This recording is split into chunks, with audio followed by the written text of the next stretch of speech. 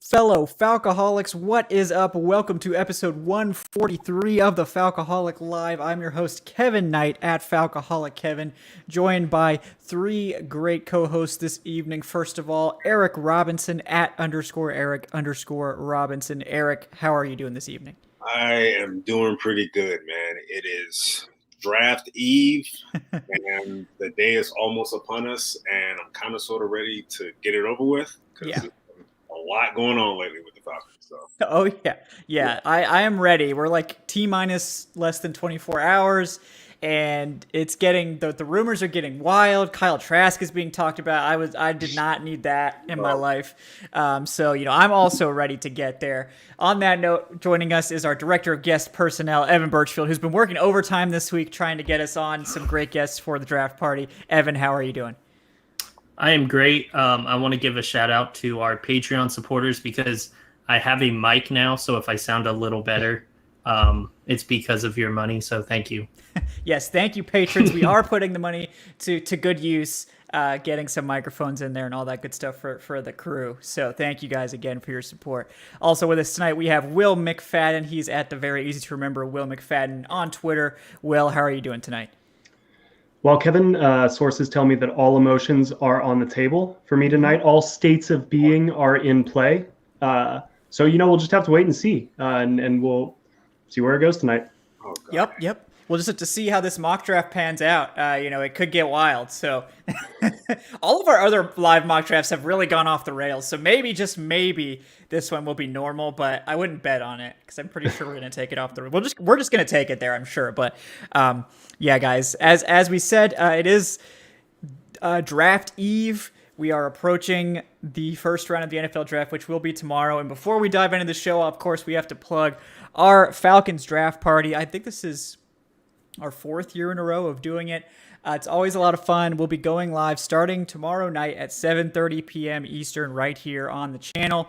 We'll be coming back on Friday at 7, and then for the first time ever, we'll be doing day 3 starting at noon as well. So that's going to be a lot of fun. On Saturday, we're going to have a ton of cool guests on from all over Falcons Twitter and the media landscape to get through rounds 4 through 6.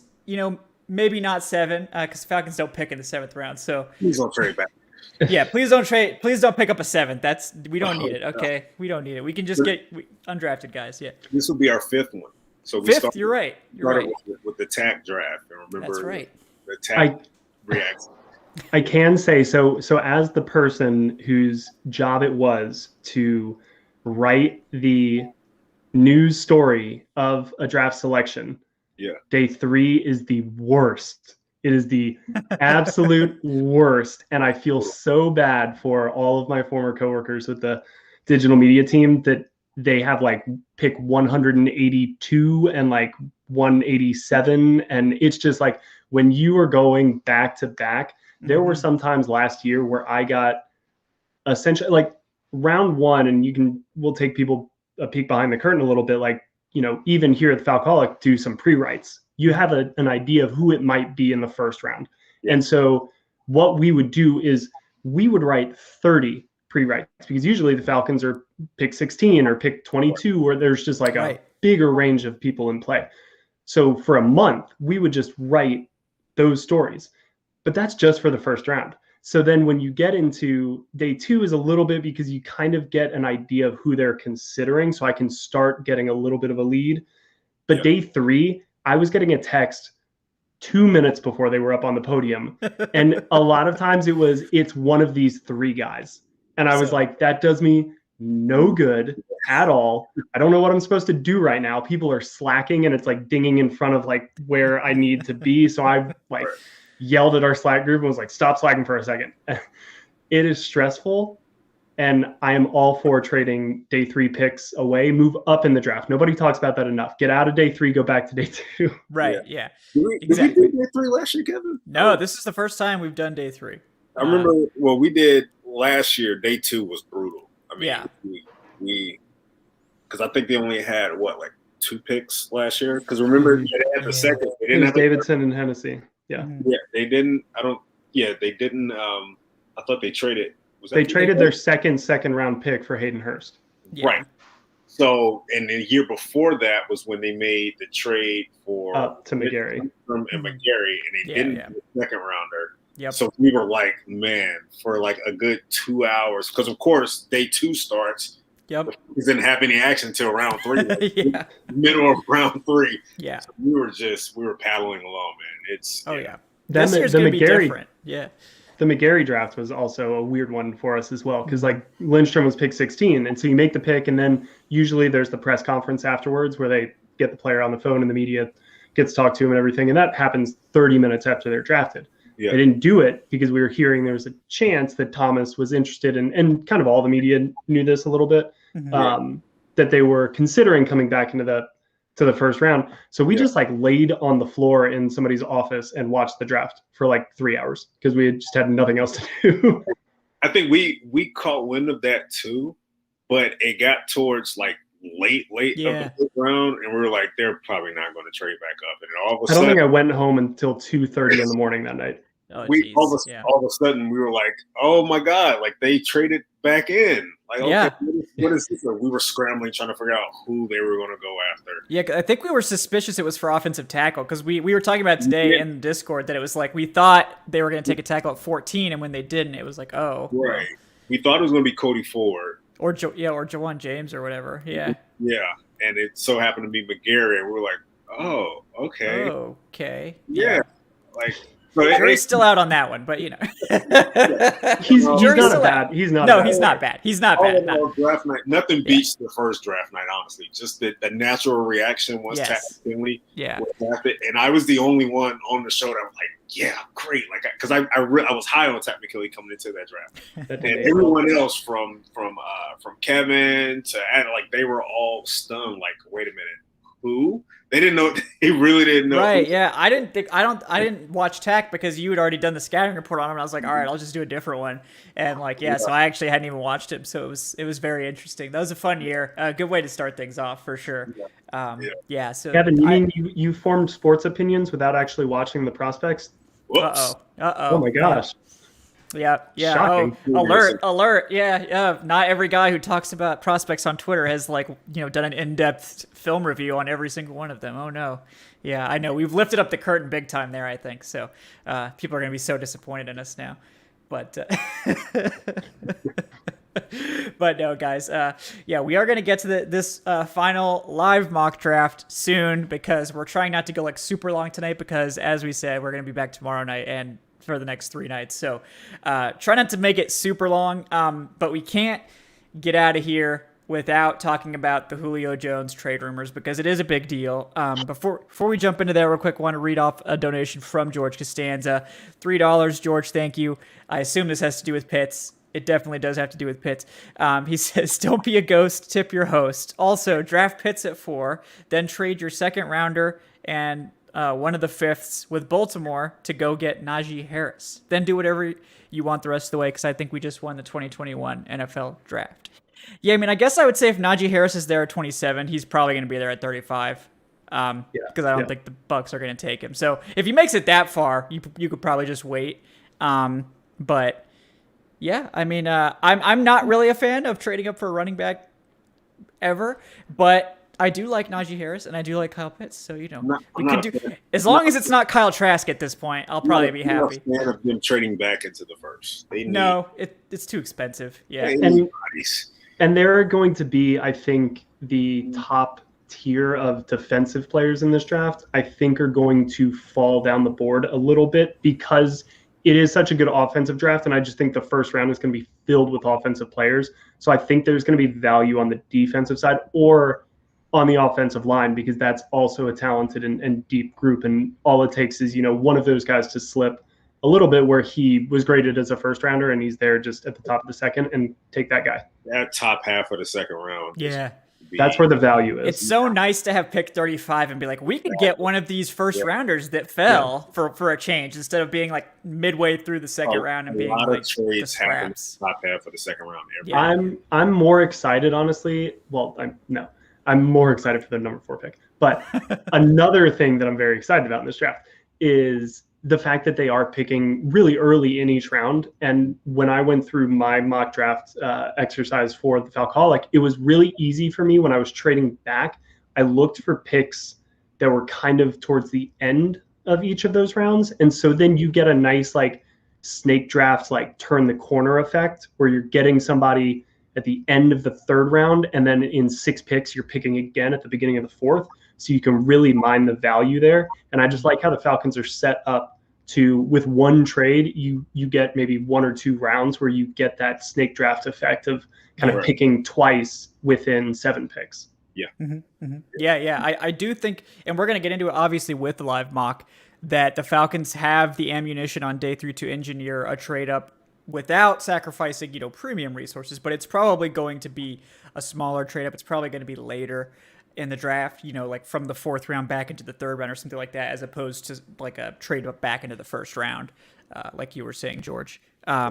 But one more tip coming in from Guy Fieri, a.k.a. Solaire, with the $3. Solaire, thank you very much, man. We appreciate you. He says, I'm just not buying Zach Wilson being a total lock at number 2. It doesn't make sense to me. I think Fields should go number 2, honestly, with Wilson or Lance going 3rd. Who knows, though? Hopefully Kyle Shanahan's in the same galaxy brain mode as he was during our Super Bowl appearance. Also, it is nice this year to not worry about having to lock up Thomas Dimitroff in the closet. Yeah, we don't even know what to do with ourselves without since we don't have to be responsible for keeping TD in the closet anymore. We just have so much free time during the draft now. So yeah, so we had a running joke on the show, Will, about of course the nickname Trader Thomas. So we every year we would always joke around and say that somehow, some way, he had like a burner phone in the war room, probably like hidden in the ceiling or something. And he would always like, oh, I'm going to use the restroom or something, but yet he's leaving to go make a call to try to trade down. Like we always did. So we don't have to worry about that now. Yeah. So now we just have laser eyes Terry Fontenot to deal with. So yeah. I need, if I ever get a chance to interview Fontenot, that's the first question I'm going to ask is, Terry, what do you think about the laser eyes meme? Have you seen the laser eyes meme? I'm sure what is your opinion? I'm sure he's seen it. There's no way he hasn't seen it. So I need to know what he thinks about the laser eyes meme. But he seems like the type of guy that would take it in stride. But absolutely, yeah. All right. So Julio Jones trade rumors. We've heard it now from multiple sources and from Terry Fontenot himself that they are taking calls for Julio. Nothing is imminent, but the buzz is that the Falcons are seriously considering a trade, assuming they get the compensation they're looking for. We don't know exactly what that compensation would be, but from what we've heard, they're probably asking for substantial compensation and probably more than you would think, considering Julio's coming off of, a down year where he didn't play them in, he only played in 8-9 games. So, the Falcons are going to be asking for plus value on that. It's going to be difficult to get that sort of trade done, but it is possible. And with Fontenot, confirming that they're listening to calls, I just want to get your guys' opinion on that trade. So Eric, you go ahead first with your thoughts on these. I guess maybe it's more than rumors now because Fontenot's confirmed it, but what are your thoughts there? His response yesterday when he was interviewed by Justin Felder, his response was pretty much exactly what I thought it would be. I don't think they're out pursuing trades for Julio. I don't think they're dangling Julio out there. I think it's just a simple matter of if a team calls and say, hey, we're interested in Julio, I think he's willing to sit down and listen. But again, I took that as expected when it comes to where the Falcons are right now, as far as the team, the depth chart, salary cap wise. Again, I expect them to kind of sort of take phone calls for that. You kind of saw this playing out a little bit through the offseason where they didn't really restructure his deal. They restructured Matt Ryan's deal, but they decided not to touch his. So you felt like it could have been a possibility, but I can't take away from what he stated and from what I'm seeing. I can't take away saying he's definitely going to get traded or they're looking to trade him. I think it's just a simple matter of they're listening to offers. If they buy one that they can't refuse, there's a good chance they may pull the trigger. If not, I think Julio will probably be a Falcon in 2021. Yeah, because I think the Falcons are asking for a first rounder for him. they need to get that sort of value to justify trading away that sort of franchise pillar. And I just don't know, coming off this season that he had, even though his per game production was still really good, that they're going to get that. And it would have to be a future pick too. So it just, the whole situation is a little bit strange to me, but yeah, I want to give Evan a chance here to talk about the Julio rumors as well. So go ahead, man. Yeah, it's just, it's weird because, as you said, it started off as a rumor, and then to just kind of hear it from the GM, which was refreshing, to be honest. So it kind of went out the window that it was a rumor. I overall, as a fan, would hate to see Julio traded, but I understand it. Like Eric said, if they had the value there, I mean, it makes total sense. They still, want to be competitive and stuff, but you can't neglect like what that the post-June trade, if it happened, it'd be picks for next year. So you're looking at more picks you're going to have, next season, if that's, part of the rebuild strategy. Which then if they decided to not go quarterback, assuming it's a high pick, maybe that's looped in to move up for a quarterback they want. But overall, I mean, I'd hate to see Julio go. Like, I don't think anybody would enjoy seeing that happen, but It makes sense if they get the right offer. Yeah. There's definitely a lot to consider with it, and I want to obviously give Will a chance to comment as well before we get any further on it. So, yeah, Will, do you have any thoughts on this potential trade as well? Yeah, I do. We in the media do this really dumb thing where people act like other people doing their job is news. And there's, of course, the Falcons were taking phone calls about the availability of Julio Jones, but that doesn't mean like they're supposed to do that. And sure, we're all sitting here watching the Texans be like, we're not even taking phone calls for Deshaun Watson or whatever. But like, if you're a good GM, yeah, like what are you gonna offer me? Because like there is at least some point where Julio Jones, even in his prime, becomes expendable. I mean, if they're going to give a decade's worth of first round picks, yeah, you're probably going to listen to that. So like pick up the phone.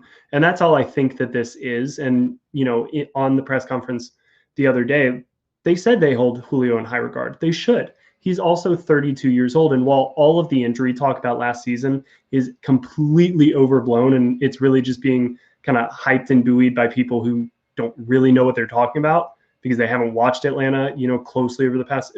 Julio's missed like outside of last season, like one game in the past like 5 years. Yeah. Sure. Does he come off of the field at times? Yes, but that's because, and I know this for a fact, Julio runs routes at about a 5-yard depth more than what a typical route would be for your standard wide receiver in the field.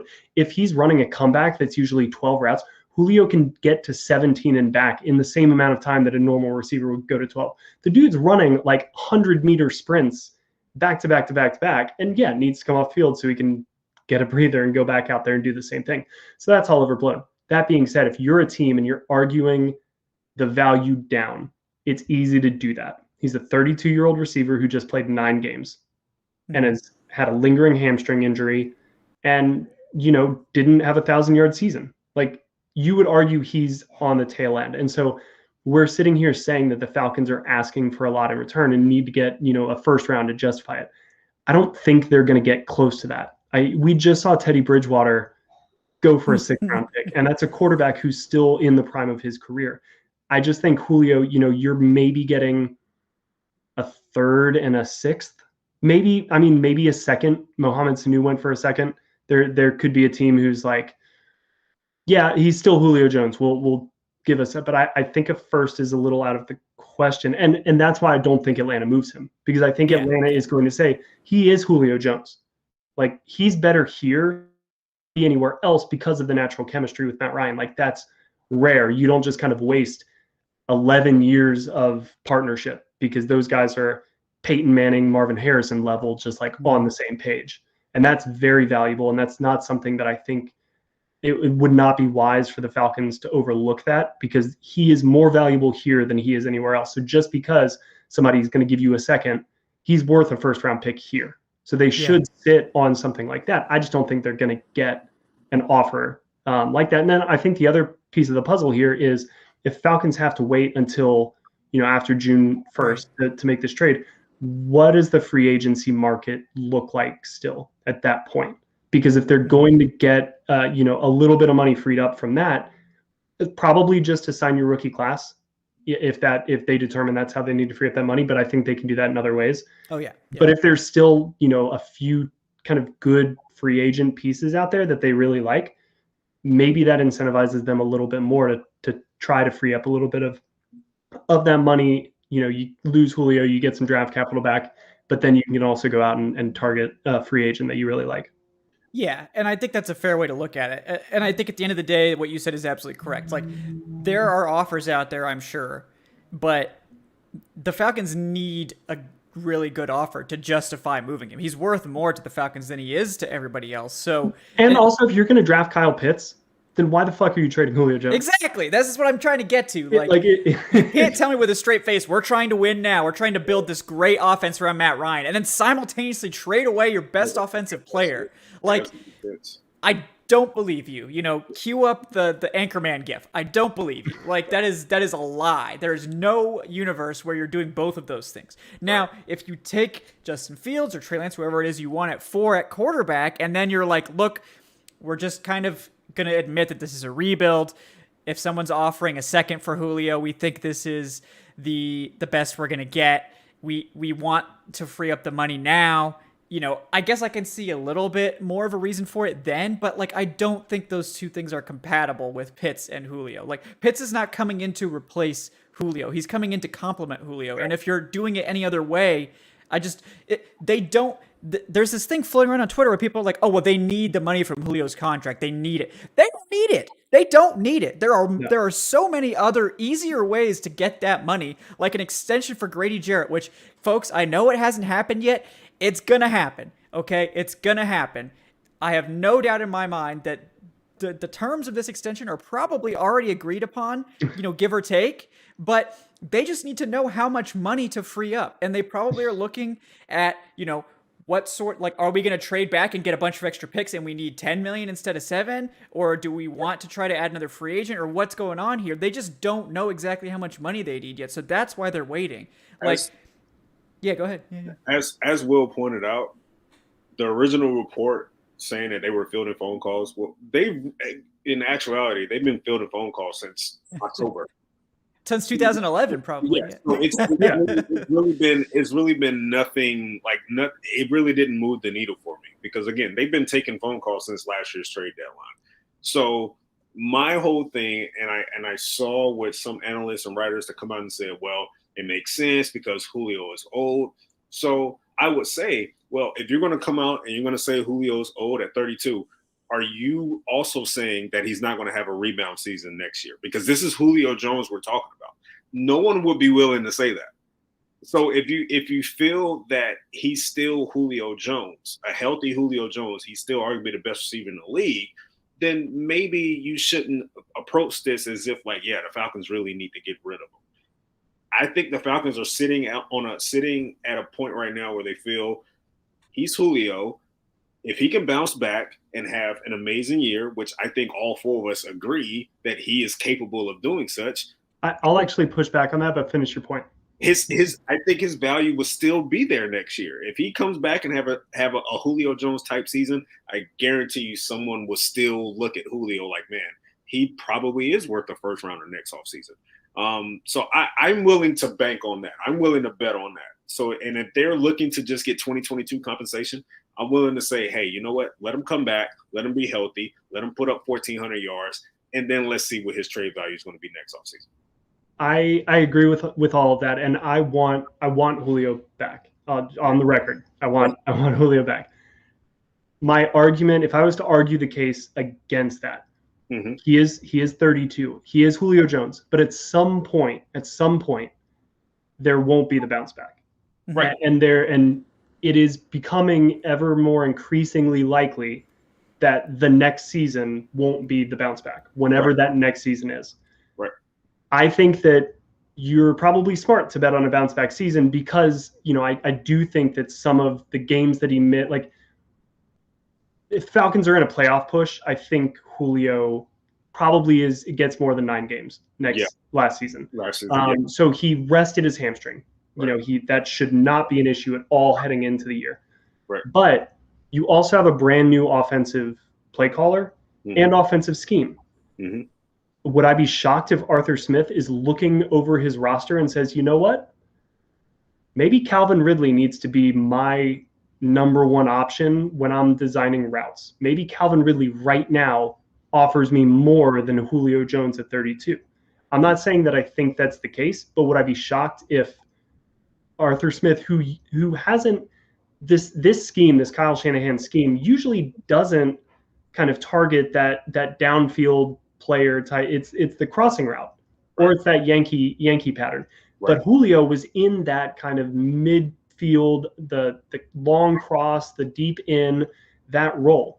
Right now, I would argue that Calvin is maybe better suited for that. So does Calvin become the beneficiary of this new scheme in place? And Julio is now just an excellent, not decoy, but like he becomes your number 2 option and is the best number 2 option in the league. Right. I still think Julio can be the number 1 and would be great at being number 1. Just would I be shocked if Arthur Smith comes in and is like, Calvin's our primary read here? No, I wouldn't. You can still take that approach. But as GM Fontenot, look at it this way. I know for sure. Well, we don't know for sure, but I have a really good feeling that the addition of a guy like Kyle Pitts is really going to help things for everybody on this offense, from Julio, Ridley, the running game, everybody. Yes. So if I'm looking at if I'm a GM and I'm banking on Julio having a bounce back year in 2021, I want to give him the best possibility of having a bounce back year in 2021.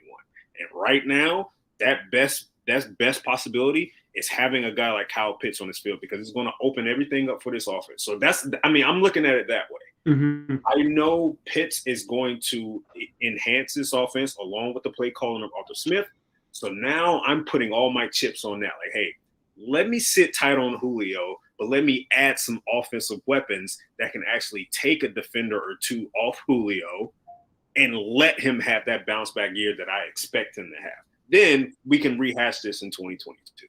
Yeah, I mean, and I think the other, like, it is a risk, right?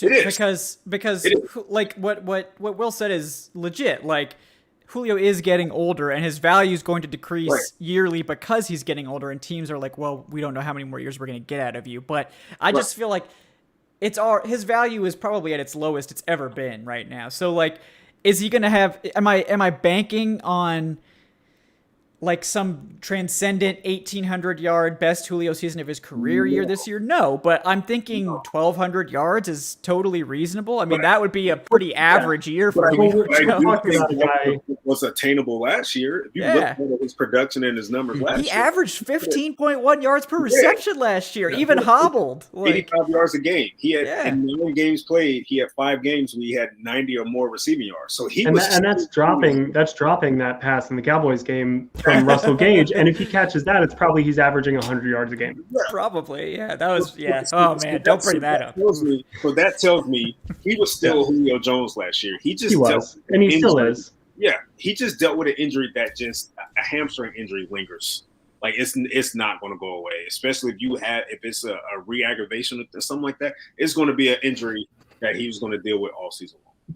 But you know how you get rid of it is you shut it down, which is what he did. And so I do expect Julio, guys, Julio Jones in person is like the most physical physically impressive human being that I've been within touching distance of. And I'm just like, you're not supposed to even have veins there. Yeah. Like he brushed against me in the locker room with his towel on, and I felt like I had touched God. Like, like I was at the door and I didn't realize it was him at the time, but he walked past me and brushed against me. I was like, oh, sorry. And it's Julio Jones, in a towel, sculpted like a Greek god. And I was like, oh my God, I feel like I've touched the hand of God, so I totally understand. Will, I totally understand. There's an aura. There's an aura. Yeah. But no, I mean, I think if the Falcons can get a really plus deal for Julio, I wouldn't be shocked if they do decide to trade him, but I they're not going to take a lowball offer for him and trade away a franchise icon for like what Will said, like a third and a sixth or something. Like they're not going to do that. Like it's not worth the PR risk for that sort of return. The owner has called Julio Jones a Falcon for life more than any other player. Yeah. So it's a factor. Because Fontenot would have to explain this to Arthur Blank. Why are you trading away Julio? And why are you? It's just got to be part of the plan. They came to Atlanta. They pitched Arthur their plan. Did that plan involve? Well, I mean, Arthur himself said earlier this offseason that yes, Matt and Julio are both on the table as options. Right. Like they're here to retool the entire roster. Everything's on the table. So I'm sure at the time, they told Arthur, yeah, our plan may involve getting rid of one of Julio and Matt or both of them. And, if we decide that, like, Arthur's probably signed off on this, but still, those are strong words to have previously said. It wouldn't be acceptable from Arthur Blank if Fontenot got rid of Julio for like a bag of Skittles. Like it has to be worthy enough compensation. So again, is he looking for multiple picks? Probably not. But he's looking for an offer that can blow him away. But I don't think he's out there, dangling Julio over teams like, hey, or like a pick and a pass rusher.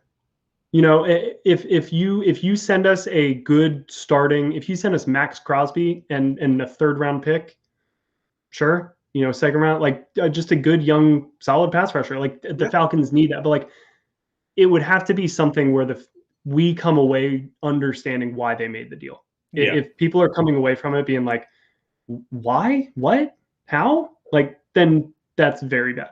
Yeah. Yeah.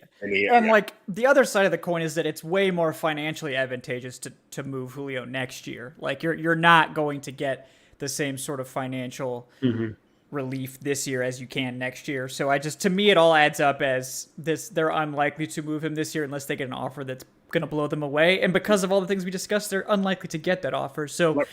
And I just like Will said, I always felt if you're going to move a guy like Julio, like I would want something in return this year. Like it may not be a draft pick, but as you pointed out, with a young pass rusher like that, I'm moving arguably the best player on the team. Like how can that help me this year in 2021? Outside of the money, how can that help me on the field here in 2021? Like I would want something like that. So if they're pushing for just a future pick, then again, it better be a future pick that is like, okay, we can't turn that down, guys. Like so I'm with you on that. Yeah. All right. Got a couple of donations to read off here before we get to this live mock draft that we promised. First of all, from Ken Ballard with the $10, brother. Thank you so much. He says, no, Julio must stay.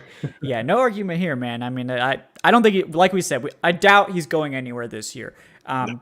Next year, I think it's more of a conversation, especially if he has a great season, because then you're looking at like, well, we might really need this cap space. And, if they do have a rookie quarterback in here, it's like, well, maybe we're trying to build for the future and all this. So it's more realistic next year for various reasons. But I have a hypothetical on that. All right. Falcons draft a quarterback. Matt Ryan has a great year, goes to the Pro Bowl. Julio Jones has a great year, goes to the Pro Bowl. Who are you more willing to move on from in 2022? I'm going to mute my mic on this one. I mean, this is what happens, right? You trade Matt for a first and you trade Julio for a first and you walk away with 3 first-rounders and a rookie quarterback and you just go laserize Terry Fontenot on the whole league. I'll be honest. In that scenario like that, it will make it a lot easier. I mean, financially, it will hurt, but just strategically, it will make it easier to move on from Matt Ryan because I got my rookie quarterback here. He sat for a year. He's ready to go. Again, financially, it's going to hurt because no matter what, Ryan's going to hurt financially. It's going to hurt, but again, but like also not really. They're going to they save money.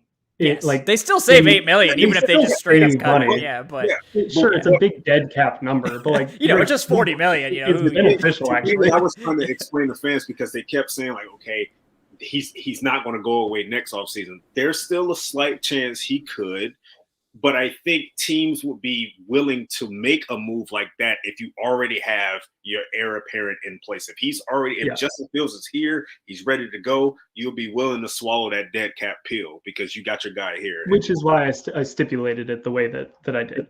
Yeah. Because like that's the only scenario where there's like, this is a question. Yeah. Right. I would probably move on from that. Yeah. In a situation like that. All right, we got a couple here from DeMonte24. First of all, with the $2, DeMonte, thank you. He says, never seen a fan base hate on a future Hall of Famer like seemingly half of Falcons Twitter hates on Matt Ryan. I thought you were going to say Kyle Pitts for a second. Oh yeah, I mean, no, that would be George. That would be George with that one. No, yeah, I mean, I think a lot of the people that want a quarterback at 4 don't hate on Matt Ryan, but there certainly is a contingent that does, and to them, I just totally don't understand it. Yeah. Next up, we have George Costanza with another $3. George says, people are stupid. No argument here. The only player that you're not taking a call for in this league is Patrick Mahomes. Fontenot is not going to trade Julio Jones for a half-empty frozen bag of meatballs. To say you're shopping him and to say you're listening to calls are two totally different things. 100% agree. That is very accurate. Got another donation from DeMonte24. Once again, saying trading Julio would be a big mistake. Some players are bigger than quote-unquote value, and Julio is one of those. Terry would potentially lose a large portion of the fan base if that's his first tough decision.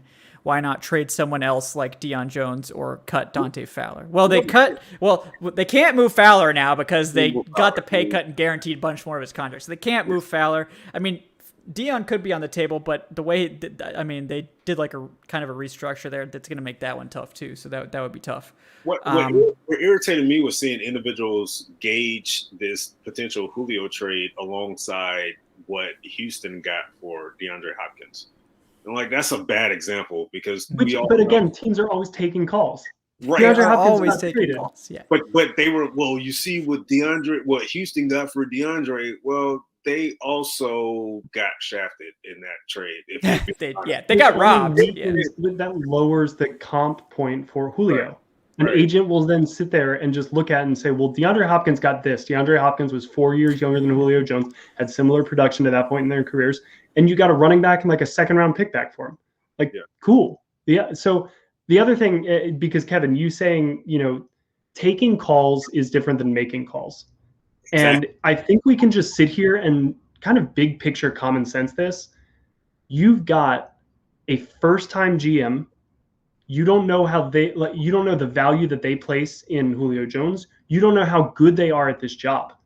And you see a cap strap situation with Julio having a ton of guaranteed money. Of course, if I'm another general manager and I could say, hey, let me give this guy a call, sell him on the idea of, you really need that cap space. You made your money in free agency with the Saints. You need to be able to wheel and deal, and we'll take this player off your hands, and I'll throw you a third-round pick for it, and you can thank me later. You 100% make that call. So, yes, again, about here. Yeah, exactly. You're definitely right. All right, we got a couple more donos I want to get to here. Really, I mean, honestly, guys, thank you for all the donations. Not used to such a high volume, so we're trying to get them as many in here as we can in between our back and forth. So we got DeMonte with another $2. He says, Kyle Pitts at 4. Okay, is this your burner, George? Is this your burner? No. He says, no, Pitts with Julio and Ridley for at least a year.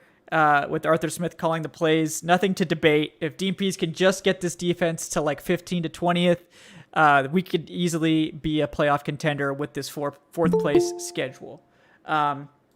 Speaking of, the Matt Ryan hater just arrived. I know someone was asking about him. Adnan, how are you doing tonight, buddy? Come on, man. You got to start with the Twizzler, man. Like that. Yeah, no more Twizzlers until Twizzler calls us back about that sponsorship. Right. This one is just the brand. I'm trying to keep the brand as powerful as possible. That's true. You get a couple of free ones, Twizzlers, okay? But eventually this free. Though I'm running out of these things. Okay, yeah, that's fair. Yeah, so we'll hold it over them. Maybe they could at least send you some Twizzlers. That would be a first. That would be a good step. Yeah. If they have different flavored Twizzlers, would you review each flavor live on the podcast? Look, in the dead zone, anything is possible. Hey, bro. That's a day 3 thing. We had, Right. we had an episode last year in the Dead Zone where we talked about the XFL for about an hour and a half. We So, did. Yeah. You know, We got 90 minutes out of that. So no, Twizzlers. we're not above anything on. Yeah. on Yes. So yeah, you before we're about to start this live mock on, but I did want to get your take if you have any takes on this possible Julio Jones trade rumors and all that stuff going on. I think given the salary cap, it's not going to happen because it can only really happen post June 1st. Because why would you trade Julio Jones now when it would just lose you money against the salary cap? That kind of defeats the purpose. And teams don't trade draft picks for next year like that. Like teams hold on to those just because you never know what could happen. So I think it's. I saw Falcons Twitter was making Falcons Twitter went into a civil war about it on Monday. Yeah.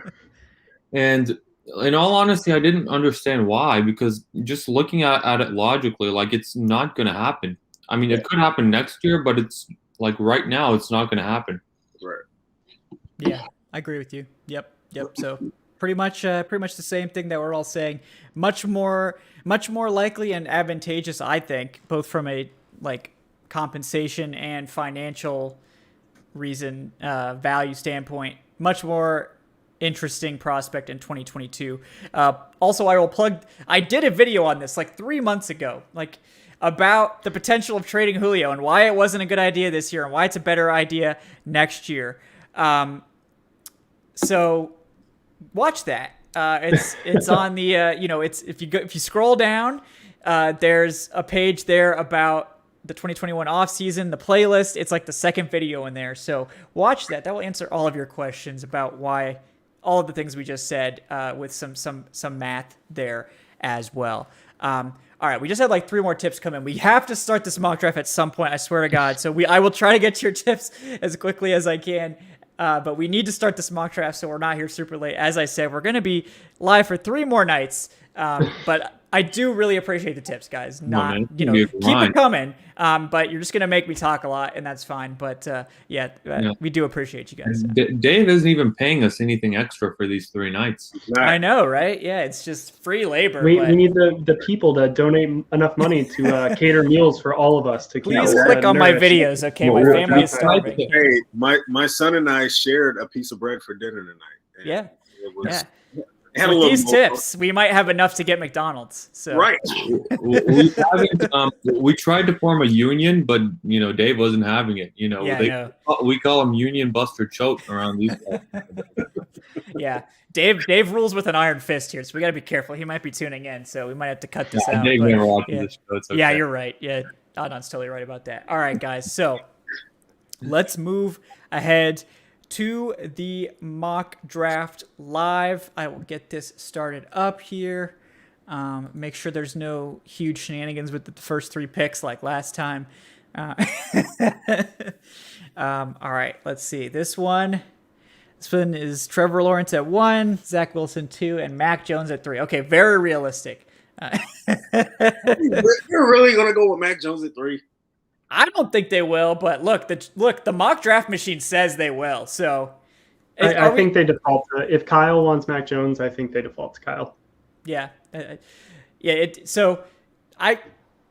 can. Let's go with this one. I don't think we've actually done a mock where Mac Jones goes at 3, so it does provide some interesting discussion, I think.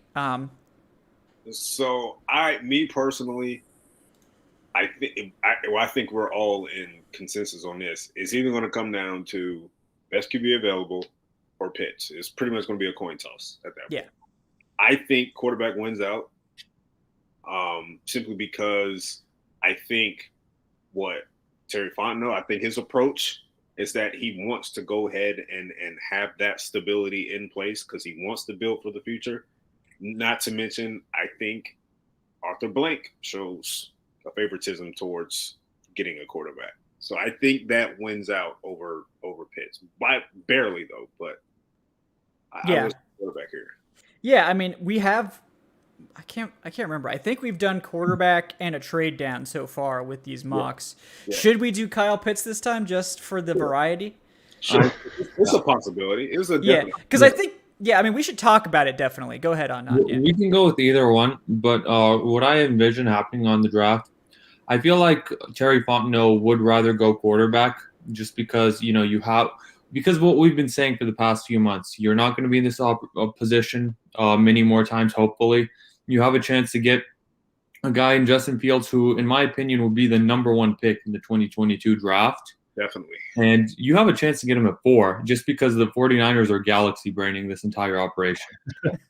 And meanwhile, you have Arthur Smith, who is the tight end guru. And I'm pretty sure Kyle Pitts may be the best tight end prospect I've ever seen in the draft. Like, he's up there with Vernon Davis coming out of the draft. And Davis was the number 6 pick, if I recall. So I think the only way to settle this would be a bare knuckle fist fight between the two in the draft room in the war. And whoever wins out, they'll come out into the press conference both with like bloody noses and black eyes. The money's on Fondo. Yeah. I don't know. Arthur Smith looks like he's got that nasty. Arthur Smith has like No Country for Old Men vibes. He does. Yeah. Where, he has like, a strong, I really think he'd just like hunt you down and like blow a hole in you. I think Fondo, he has that like Clint Eastwood vibe to him. Fondo still looks like he can play safety today. Oh yeah. No. If we need him in a pinch, like Harmon can't go. Fondo might suit up. He can suit Fondo's up, like the undercard in a boxing match. Well, Arthur Smith seems like he'd have a weight advantage. Yeah, for sure. I did just think about this with Kyle Pitts. So is there a chance that all of the hype and rumors that we've been hearing about Kyle Pitts over the past, frankly, kind of like 3 to 4 days with Atlanta, can we not look at this and say there are probably more teams in the first round who would covet Pitts over one of these 2 quarterbacks? Yes. And is Atlanta trying to throw up kind of smoke that we're really interested in Kyle Pitts? So if you want Kyle Pitts and there are more of those teams than, say, a team that would come up for Fields, is there a chance that Atlanta is basically just like throwing Kyle Pitts' name out there to get, more value in a trade? Yeah, I think the interest is definitely there on both sides. But to me, if you're looking for a trade down, which we all know that's what they're looking for, which player do you think you can get the trade down for? Right. At this point, they're more likely to get it for Kyle Pitts, like you mentioned, because there's more teams interested. Or at least the best haul, which is what they could ultimately just be doing this and still end up taking whoever they want it for because they just didn't get the haul they want. But like if Kyle Pitts is going to net you the biggest return, then that's. But I've also seen reporting that that's kind of driving down trade talks with them because you only really trade up for a quarterback at that spot. There's only what 2 teams legitimately that may be trading up for a quarterback. Right now, more, but like the problem is a lot of these quarterback need teams are too far to realistically go this or the far. ones that weren't have gone different routes with the quarterback options. Yeah, we just saw today Denver Carolina went a different route. They found other alternatives, and to me that is indicative of the asking price that Atlanta really is asking for at that spot. I don't think they want to trade out at that spot because they probably could have pulled off one of these deals, and it's clear that they kind of told these other teams no. Because you got to keep in mind also, there's a greedy owner at 10 who loves Kyle Pitts. So who do you think would be more likely to pull the trigger? Belichick in New England, or a guy like Jerry Jones who wants to win now and wants a tight end like Kyle Pitts? So it makes sense. Yes. Yeah. I mean, to me, I honestly think they're trying to fleece the Dolphins to get them to move up for Pitts. That's my honest opinion. I think the Dolphins are too smart to fall for it, but I do think that they want the Dolphins to trade up for Pitts, and they'll probably be willing to do it for not a huge compensation. I think the Falcons just want a couple picks. Like, hey, send us like a third and a fifth, or like a something like that. Like, we don't need a huge haul. We know you want Pitts. We'll take him here, but if you... Well, no seconds. I mean, yeah, I want a You're second, not, but you're like not getting that to move back 2 you're spots. not for 2 spots. But I get it, but I'll still pet those pockets a little bit. But I think, yeah, the point I'm trying to make is like, if you go further than 6, you're taking a risk that you're going to lose Justin Fields, which is, I assume, who they actually want. If you go to 6, the risk of losing Fields is almost 0 because the Bengals have been completely, apparently, unwilling to listen to trade offers, and I think it makes sense. I mean, there is still a risk there, so let's emphasize that. Like, there's always the chance that, New England comes in with a Godfather offer to the Bengals, and they're like, hey, here you go.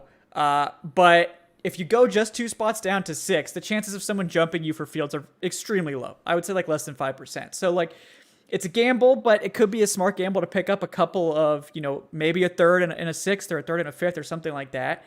And you still get your quarterback, but you get those that'd be really a massive win. Yeah. Just a really good trade win. And if Detroit you pull that off. Value. Yeah.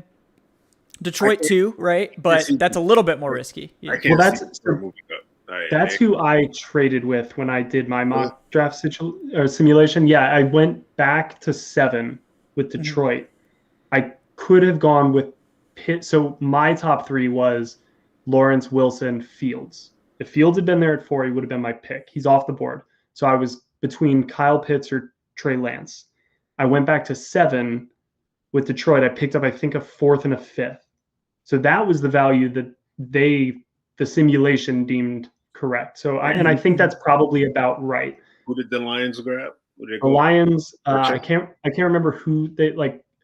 All I know is Kyle Pitts went 6 to Miami. But I was fine with that because I was cool taking Trey Lance there as well. I was just like, I'm better taking Trey Lance at 7 than at 4. So get some value, get a couple picks, make that. So I think that logic, I'm 100% in favor of a move like that. But you just can't move down too far. You miss out on one of these guys. Yeah, there was also an ESPN rumor that Detroit was trying to move. Detroit offered to move up to 4, trying to get Jamar Chase. Right. Yeah. The Falcons were above them, so I don't know. I had a hard time seeing them move up because they only have 6 picks this year. And, they have some holes on defense that they need to fill immediately. You just brought in a quarterback in Jared Goff that you want to try to win now at some point. I just felt like trading up for them would be pointless. Right. I mean, I believe the rumors. But, I believe the rumors too. Yeah. I just, in my mind, I'm thinking like, okay, that's a dumb trade. But yeah, let them go ahead and trade up for Chase. Sure, that's fine. Right. Yeah. I mean, I don't know, but franchise when it comes to good decisions. I mean, that's kind of where I'm coming from as well. So yeah, I mean, I think if the Falcons could pull off, like if the Falcons trade down with Miami, pick up like a 3rd rounder, and then get Justin Fields at 6, build Fontenot a damn statue for being just a literal god, because that would be the ultimate finesse. Again, I think the Dolphins are kind of too well run to fall for something like that. Because I think they've been really good. I think if the Falcons are willing to make that trade, they're not going to take Pitts at 4. So like it's kind of hard to make that case. But like the Lions, I think is actually reasonable because look, the Falcons, I'm sure before the draft are going to be very, very unwilling to make this trade before the draft unless the compensation is really, really high because they don't know what the 49ers are going to do. We've been told it's Mac Jones. I personally don't believe it. I don't believe it, man. I refuse to think Kyle Shanahan's that stupid. I just refuse to believe. I'm going to laugh my ass off when it happens, but like, I feel like Kyle Shanahan has proven to be stubborn enough to do something like that. I can't. He's also proven to be smart enough where if they take Mac Jones, I'm going to spend more time the following week reevaluating my opinions on Mac Jones as opposed to questioning Kyle's. Like that man knows more about football than everybody in the city of Atlanta like combined. Yeah, I know he knows how to call plays. He's really good. He knows how to call plays. I'm not convinced he's a great quarterback evaluator if he takes Mac Jones. But is Mac Jones worth 3 firsts in the third? No, absolutely not. No. But no. I mean, you could probably argue that like none of these quarterbacks outside of Trevor Lawrence is really worth 3 firsts. What also got me was the fact that they made the trade with eyes on Mac Jones, and all of a sudden Trey Lance has a great pro day. I'm like, oh, wait a minute, let's reconsider this. Yeah. No shit, guys. Seriously? No, I personally think it's Trey Lance and always has been because they wanted to get in front of Atlanta, who they believe love Trey Lance. I'm completely fine going Fields if that's the case. But for the purposes of this, we can go with Pitts if you guys want. Yeah, because we've done quarterback, I think, once or twice on here. So we'll go with Pitts because I know George would be really pissed off. George Costanza would really enjoy it. This is the George Costanza sponsored live mock for Kyle. We're not trading back in for Najee. Yes. No, we're not going to do that part. No. Yeah. Likes where I'm at right now. George is the reason why these lights are on. Yeah, that's right. That's the reason that Eric's kid got to eat that half of a hamburger tonight, that quarter pounder with cheese. So he enjoyed it. Yeah, McDonald's sponsor us. Yeah. All right. Well, we're gonna take Pitts here to keep things moving. But yeah, shout out to George for this one. But yeah, I mean, before we do make the pick, I think it's going to be Fields, whether it's at 4 or 6 or whatever. I think it's going to be Fields, assuming the 49ers don't swipe him. I love Fields. I think the hometown angle is underrated. Look, teams are not making picks because he played in Atlanta, but if you think that's not factoring in as like a kind of tiebreaker, like if they're legitimately like we can't decide or these guys are really close, like I'm sure there are aspects of the team. Like this is a business. This is a marketing thing. It's a brand. Yeah. Like if you're going to be kicking out the best quarterback of all time for your franchise in a year or two and bringing in a new guy, you better sell him. You better have something to sell the fans on. Obviously, Fields is a great prospect, notwithstanding. But like the hometown angle and all this, it works out. It's just too perfect. Like there hasn't been a lot of buzz about Fields to Atlanta. I think it's all lining up that he's been who they've wanted all along. They've known that the 49ers were going to take Lance as soon as they traded up. And I think they believe that they could maybe trade down to 6 or 7 and still almost 100% guarantee Fields. But I think if Lance goes at 3 instead of Mac Jones, which I think is what's going to happen, they will not trade down. They will take Fields at 4 and not risk it. But if Lance and Fields are there, I think they're more likely to risk it. I think they're well, depending on if a team wants a quarterback, his cell phone may be going might be going off at 6 again, right? Lance and Fields are available there at 4. Absolutely. Yeah, but it's nothing against Kyle Pitts. I watched Kyle Pitts. I watched that video. There's a great video out there that's like every Kyle Pitts catch from 2020. It's a lot of fun. Yeah. And I watched that again. And look, Kyle Pitts would be super fun in this offense if they want to go all in and win right now. We're all in on it. That's a valid strategy. You extend Matt Ryan in 2022 to push that cap hit off and all these things. Like you can make this strategy work, but you have to commit to it. And committing to it doesn't mean trading Julio Jones, people. Okay, just to circle back on that. But yeah. I can't wait for 24 hours from now when they've drafted Kyle Pitts and we're all sitting here being like, man, this was the smartest decision they could have made. Like no these matter guys what, are geniuses. 100% all in. I was on this from the beginning. Matt Ryan still has it. Absolutely. This guy can play until he's 57. Did you see what he did in the SEC? 0 drop passes. The narrative is going to change really quick. Yes. But yes, we will take Kyle Pitts here to keep things moving. Just to make sure we for this, so this is going to be we're trying to win now. We think Ryan's got 2 to 4 or 5 years left of quality play. We're going to try to maximize this window. Let's go Kyle Pitts at 4. So here we go.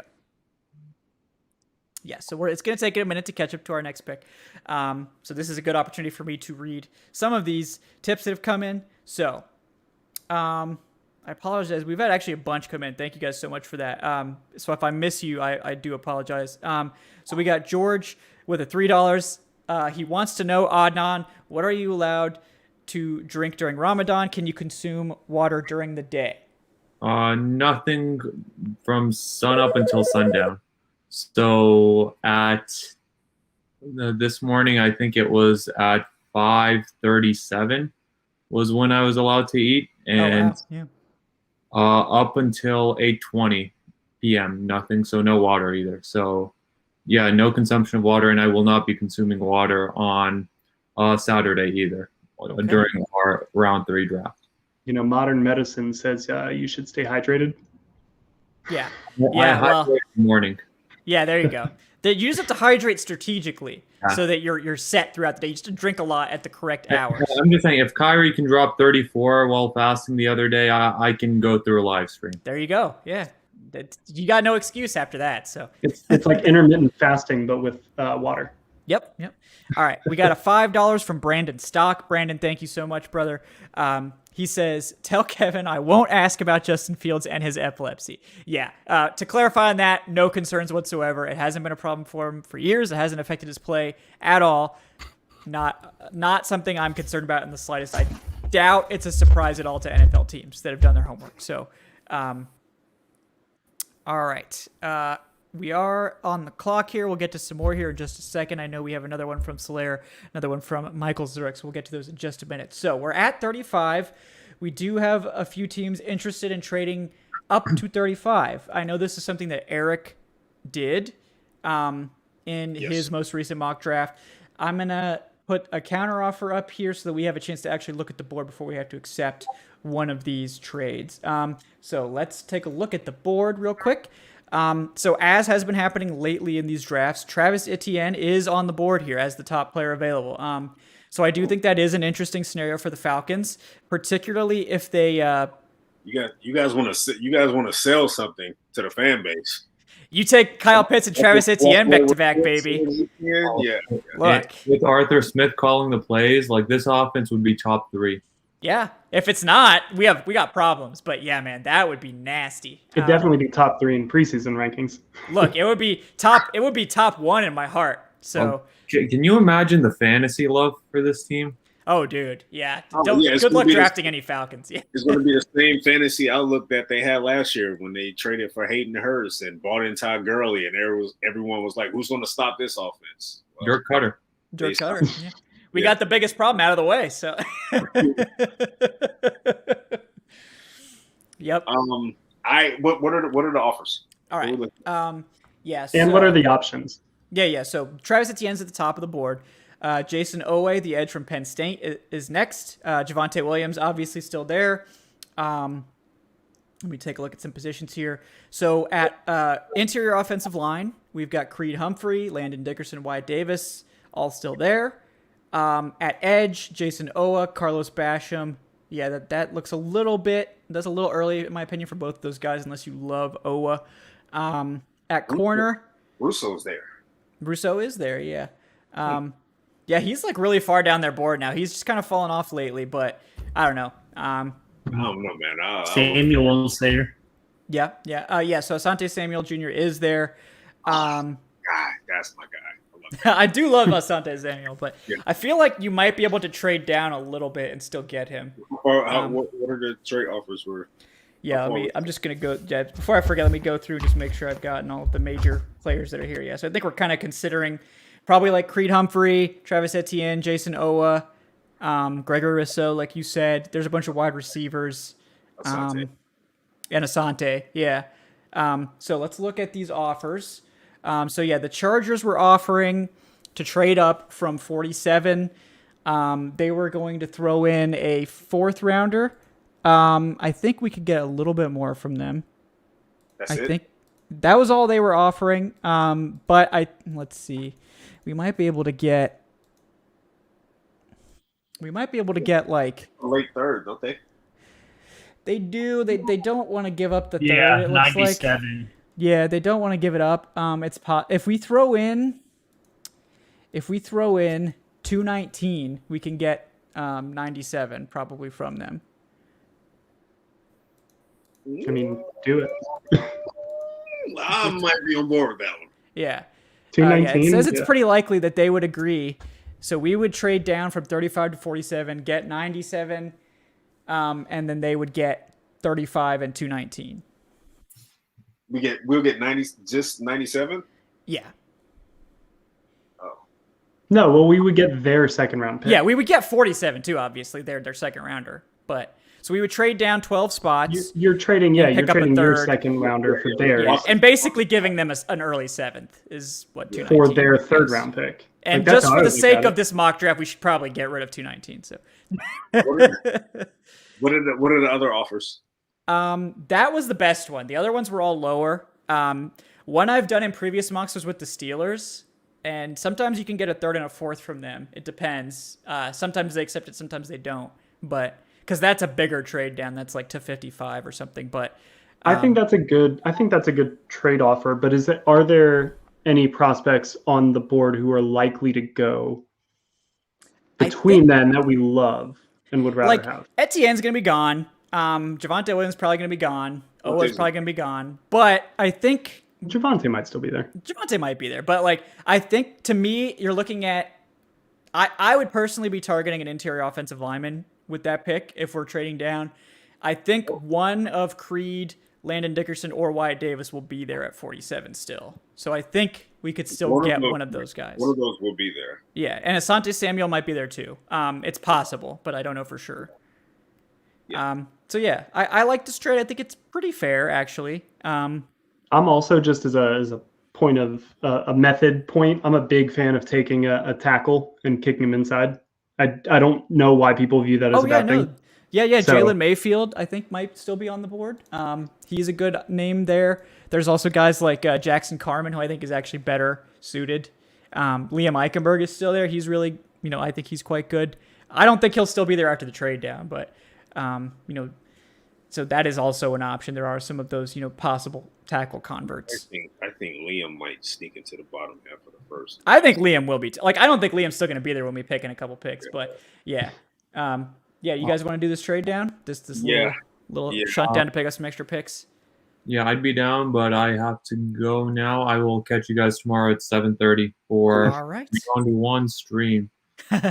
All right, sounds good. Thanks for coming on. We appreciate you. Yeah, I'm cool with taking 97. Okay, let's do it. That's the pick I wanted. Yeah, they won't give up 77. I tried. Okay. I mean, if we gave up an earlier pick, they might, but yeah, I just Nothing wrong with asking. Nothing wrong with asking. Look, it's a negotiation. Right. So, all right, they've accepted, obviously. So here we go.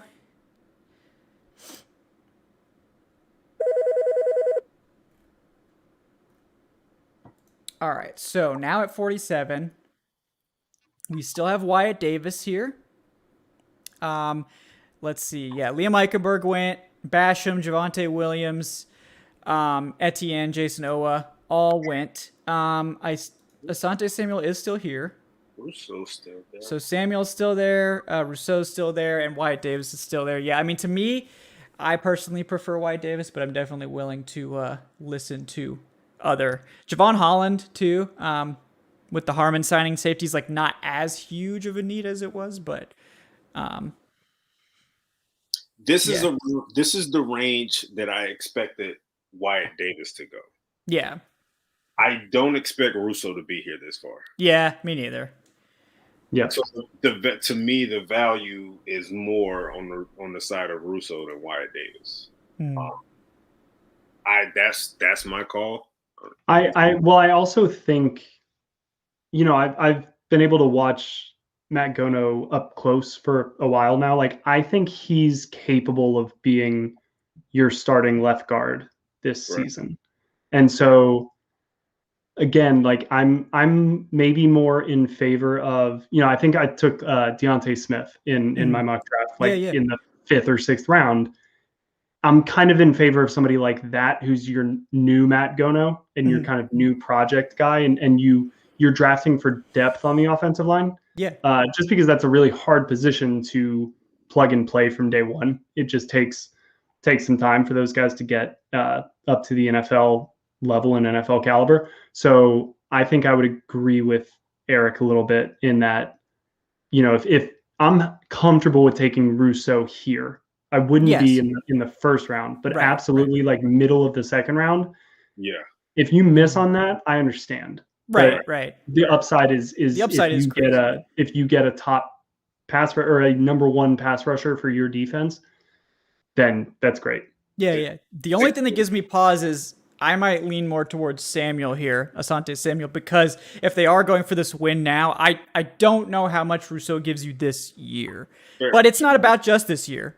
It's something to consider, but I also like some of the depth in this cornerback class. Yeah, I like Fabian Moreau. Yeah, I will say this: they already started off the draft with a freak athlete. They did. Why not add another? Yeah. I mean, Rousseau has this. I mean, it's rare to get a player of that ceiling at 47. It is like, yeah, 6. And they're saying they're going best player available, and to them that might be most potential. Yeah. You know, we don't know what best player available means. I mean, or it could be the guy that slipped, and Right. and that would be Rousseau. Yeah. Okay. Well, yeah, I'm down. Let's do Rousseau then. Yeah. And you also, it's in a trade down too, so you've also recouped additional value from that trade down, an extra third rounder. So we have more flexibility going forward as well. All right, let's do it, Gregory Rousseau. I think fans will probably be like celebrating in the streets if they actually pulled something like this off with Kyle Pitts, and then to me, that's a steal. Small trade down, still get somebody like Rousseau, pick up an You extra third. would definitely be mentioned in like Bleacher reports, like winners and losers. Oh, yeah. from That's definitely from the first any 2 trade days down, of the really. draft. Yeah, any trade down, get that. All right, so we're at 68 now. We have top of the board, Javon Holland, safety from Oregon. I do really like him. As I said earlier, with the Deron Harmon signing, not necessarily a screaming need like it was before the Harmon signing, where they literally didn't have a starter. But so it's Holland and Jamar Johnson, 2 safeties at the top. We've got Brevin Jordan and Tommy Tremble, but with Kyle Pitts, we're not really interested in another tight end. Quinn Miners on the interior could be an option. There's a bunch of wide receivers: Amon-Ra St. Brown, Tylan Wallace, Pete Warner, linebacker, Josh Myers. So, Will, I'll pose a question for you. Would you be willing to wait that late to address the interior offensive line, the 5th round? Well, it just depends. Again, I'm of the opinion that I think that Matt Gono can play well and be your starter. So it's probably just not as high of a need on my personal board as it might be on somebody else's. So given that I think that between Josh Andrews and Matt Hennessy, you can find your center there. I trust Matt Gono to play your guard spot. And it's not like they're not going to have other backup offensive linemen to look from. So I'm kind of like, let's add just another guy to the mix. You don't necessarily need to value that position as we need a starter. We don't have one right now. To me, what you have are 3 clear starters, one player who you kind of groomed to become a starter this year, an additional free agent veteran signing, and then a developmental guy who's in year 4 of his development and who you put a 2nd round draft tender on and you clearly have high hopes for. So just draft somebody and throw them into that mix, but I don't know if you're drafting somebody to trump all of that. So that's why I'm comfortable waiting until day 3 to kind of add that offensive lineman. Top half before. Yeah. All right. So what are we looking at corner? Right corner, we have Tyson Campbell, Paulson Adebo, Benjamin St. Juste. So I would consider Paulson Adebo here because I really like Adebo, but that's a little bit early. I think you might be able to get him slightly later. Like we do have another third now. We do have a pick in the 90s. So we have a couple towards the back of the 3rd round, and the beginning of the 4th round. Quinn Miners, I think, is really, really tempting. BPA now is what? BPA right now is Javon Holland, according to this board. And I would totally get it. I love Holland. He can play both safety spots. He is great. I think he can be a plus starter. I guess, Miners, I'm really interested because exactly for the reasons that Will mentioned. If you do think that Matt Gono is going to play left guard this year and you're comfortable with that, Miners is that guy who's got a sky-high ceiling, but he probably needs a year. He needs to get from D3 to the NFL. Physically, he's absolutely there. Technique-wise, look, that Wisconsin Whitewater system was weird, man. He's got some technique to clean up, What he brings to the table is he can play both center and guard. So this is a situation where you're not just getting a guy that may be a project at one position down the line. If you don't like what you see from Hennessy at center, you got a guy in Miners there that you can possibly plug in and maybe slide Hennessy to left guard, seeing how it works out. Yeah. And then the other one it's an option on the table there. Yeah. The other one we might want to consider is running back. We've got Michael Carter, Kenneth Gainwell, Trey Sermon all still here. I think maybe we can wait on that a little bit. I think fourth round is good. We have that extra third too, so that could help. And I also like there are some corners that I like a little bit later in the draft. So if this is the time that you guys want to go interior offensive line, I'm fine with that because we can kind of swap and maybe go corner a little bit later. Yeah. And go O-line here.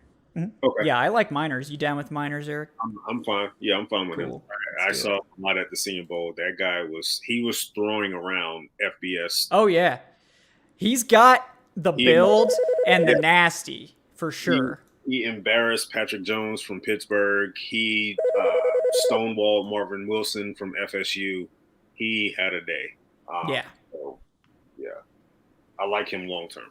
Yeah. So we've got 97, which was the pick we picked up in the trade down from 35. And then we've got 108, 11 picks later. So we've got a couple picks here.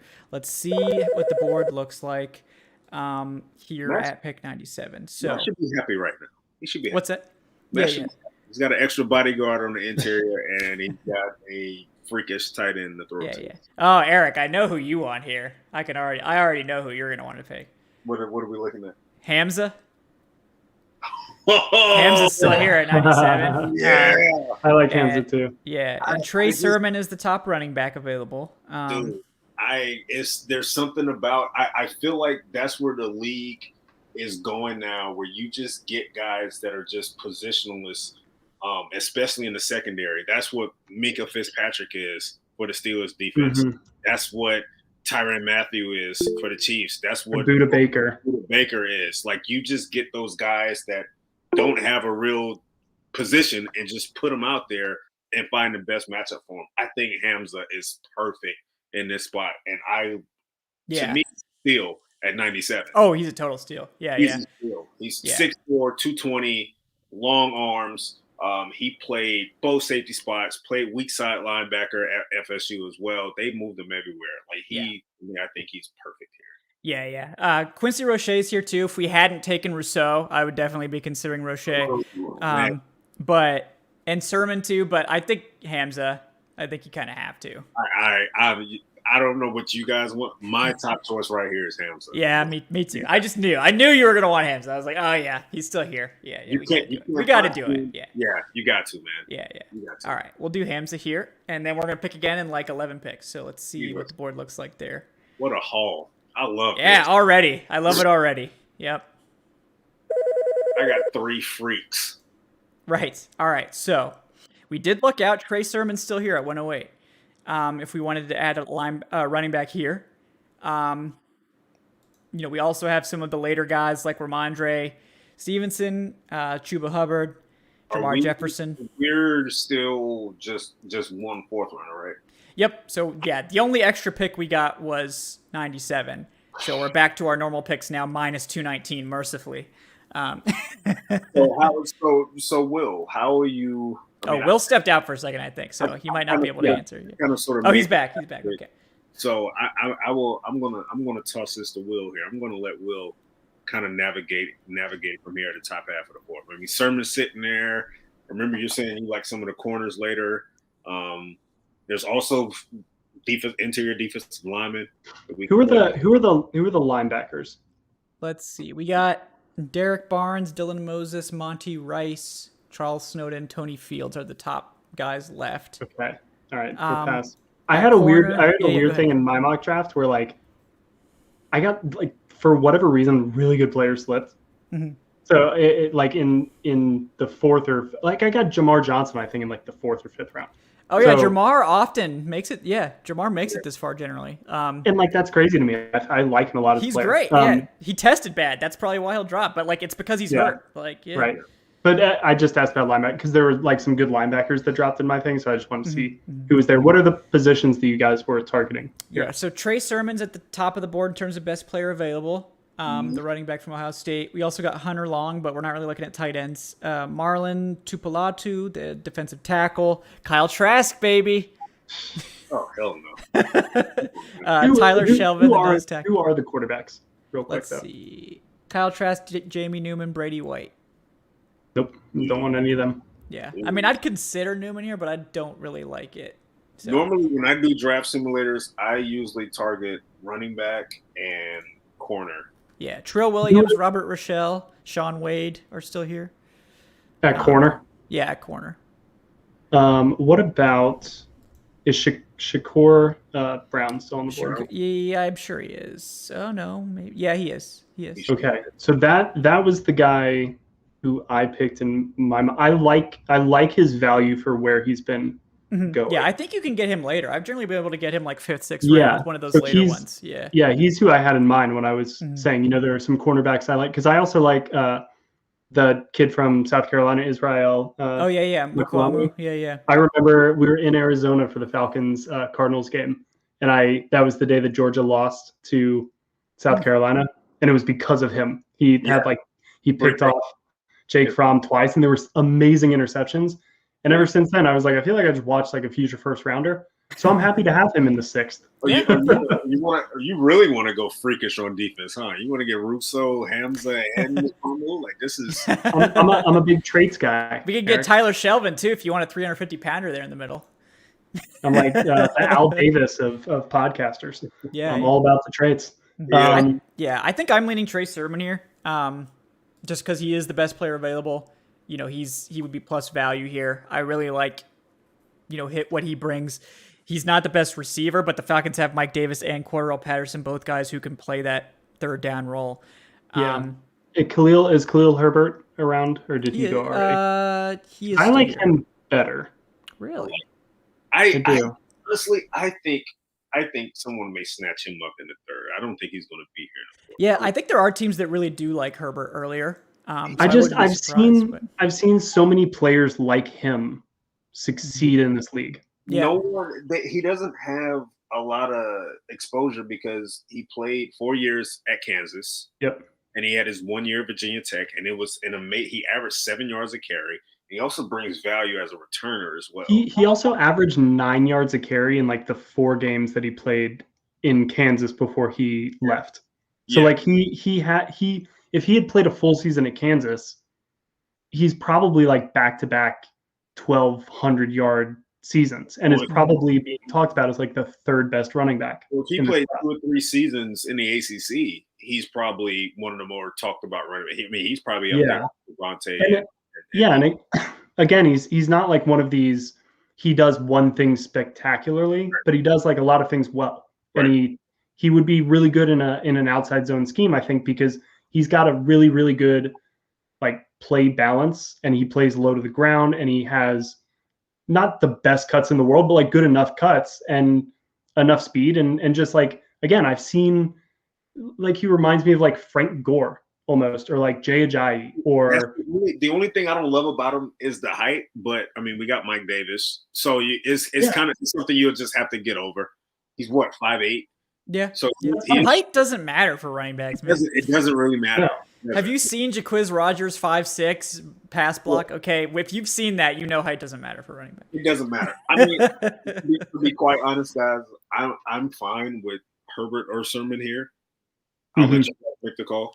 Yeah, I mean, I'm open. I will say this, Kevin. I know you like Sermon, but Herbert to me is more of a Swiss Army knife at running back than Sermon. I think so. Yeah.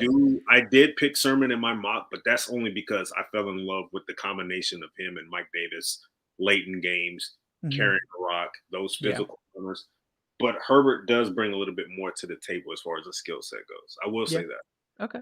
Yeah, I mean, if you guys would rather have Herbert, I'm fine with that. I mean, I think it's like I have Sermon and then Herbert like 1 or 2 spots lower. So it's not a huge difference on my board, but. And I say this with a heavy heart too, because I interviewed Trey Sermon when he was coming out of Sprayberry. Yeah. I went to one of his games and talked to him while he was committing. So I like the kid. Yeah, but nothing personal. I like Herbert a little bit more for what he adds to our fake roster. Let's shake it up here. Let's screw you, board. You know what? We like Herbert better. We don't believe your rankings. Let's go. He was at the Senior Bowl also, and had a lot of questions about his pass protection, but he answered those in drill. So. All right, so we got Herbert at 108, and we're waiting for our next pick. Let me read some more tips here. Sorry, Solaire. I think I missed your tip from you. We were asking Adnan a question about Kyle Shanahan taking Mac Jones. So I apologize about that. We'll have to get to that one tomorrow. We've got Michael Zurich. He says, I'm back. Terry Fontenot is confusing me. They basically committed to Matt Ryan, I think, which to me screams win now. But then they make all these comments about trading Julio. If we're going to win now, trading Julio makes no sense. Also, shout out to Adnan for hate.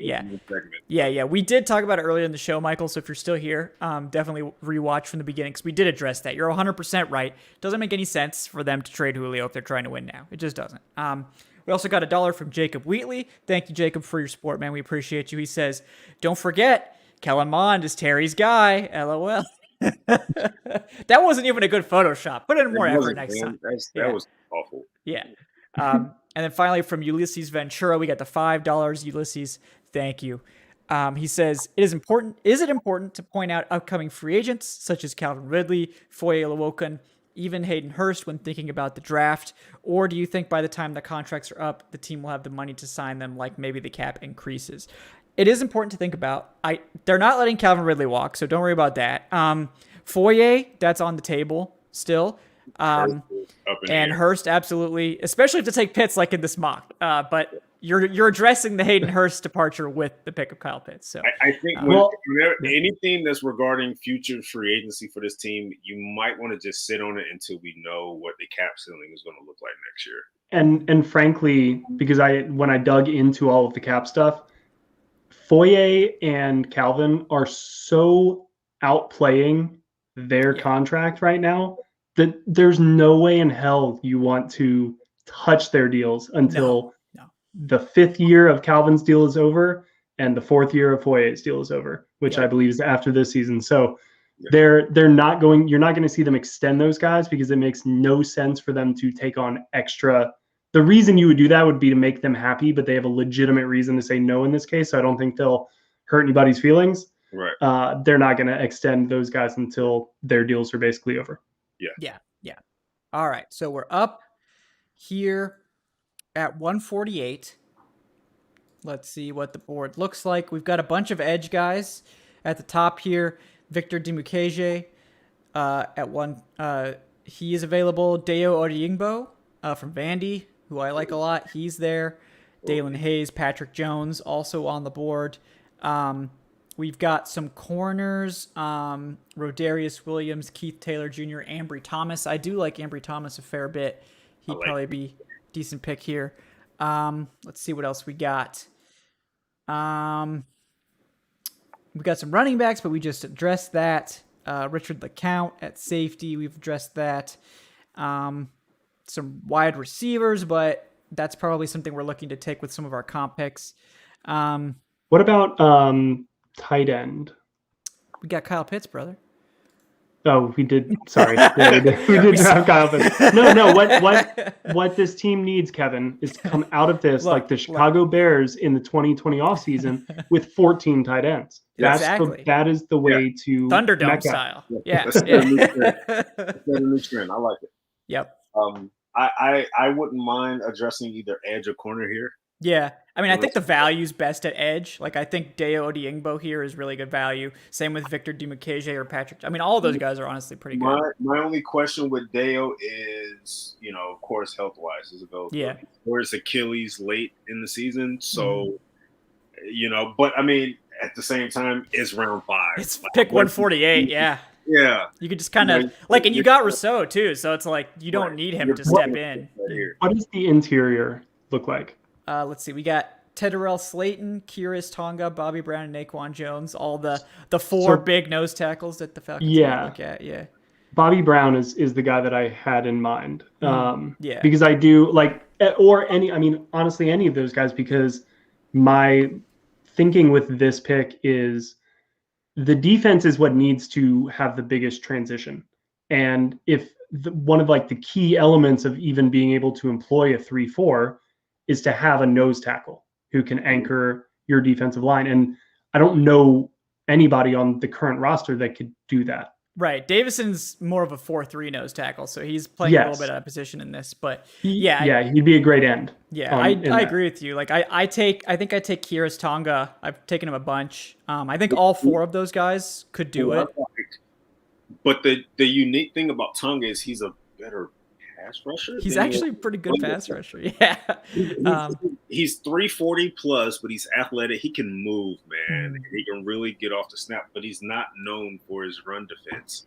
He's not known as that two gapper that you need at nose tackle. He's just I think the thing is, it's way easier to teach someone how to be a run stopper than it is to teach them how to pass rush. I will say this: if that's what we're looking at right now, Slayton and Brown fit. Yeah, they're higher ceiling. Both of those guys. Brown's always been kind of my favorite of this group because I just think that I love his length there. Everybody talks about length a lot for edge rushers and tight ends and linebackers but like on the interior of a defensive line, especially in a two-gap scheme, to have the length to land your punch and then extend and get them away from your body is extremely underrated. And I think that Bobby Brown of all of these guys has kind of the best length and ability to control a situation. And until he gets up to like true NFL nose tackle size, I just think those traits will allow him to at least compete, as he grows as a player, kind of like Grady Jarrett's did.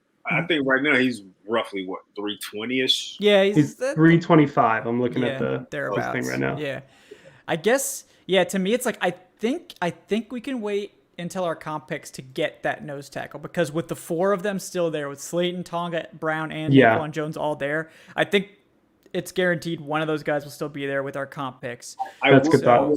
I would also say this, even though we got Russo in play, there's still that aspect that you're not necessarily sure what Russo is going to be at the next level because he did a little bit of everything in his 1 year at Miami. So I think there's a possibility Russo may be a 3-4-5 tech. He could be. Yeah. Because of the fact he's 6'7", 275, he may end up being a Calais Campbell type. Right. Yeah. And I don't love the depth at edge. So what I'm thinking here is I think I would address edge here. Again. Okay. Because, again, like I said, I don't love the depth. We're banking on Dante Fowler having a 2021 year, which is a risk. That's better. Yeah. And both he and Michael Walker, even frankly, staying healthy. Right. Right. And plus we're still, trying to convert Michael Walker into being a true 3-4 edge rusher. I think he's going to be so good in that role. I'm so excited. I think but I just want insurance. Right. Yeah. So, I guess I would lean Deo, but I'm definitely willing if you guys prefer like Victor Dimukeje or Patrick Jones or something. I think Deo is probably the best 3-4 guy. But just because of the athleticism, speed, when Dimukeje, how you pronounce that?